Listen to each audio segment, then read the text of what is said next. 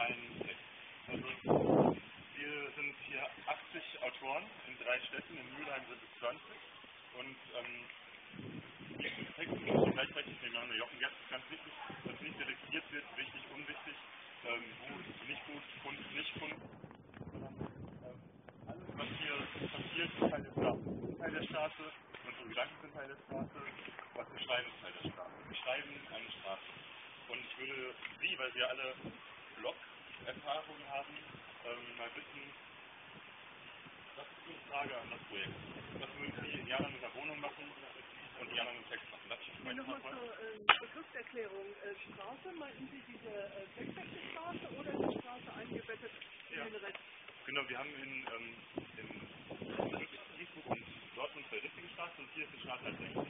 Das ist ein kleiner Mikrokosmos.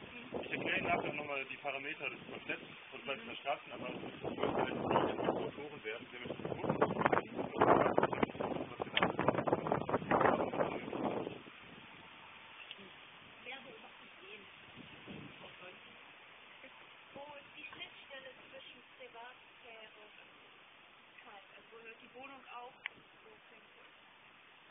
Wie weit ist es inszeniert, was hier stattfindet? Wie weit ist es noch natürlich? Dankeschön, ein ganz kurzes die Zuhörer. Kannst du mal sagen,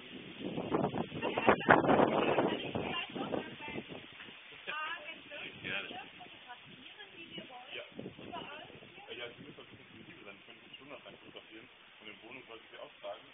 Aber ich glaube, da gibt es besser aus. Also mich dürfen Sie gerne fotografieren. Okay, das ist das eine. Hat jemand sonst auf dem Tonband? Ich kann Ihnen das auch gerne nochmal mit Blut unterschreiben. Der Herr nochmal die Frage. Also wie weit ist das Ganze inszeniert?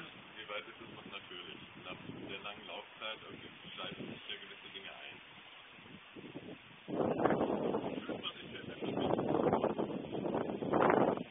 Wir sammeln zwar nachher nur Fragen und wir treffen uns nachher nochmal zusammen.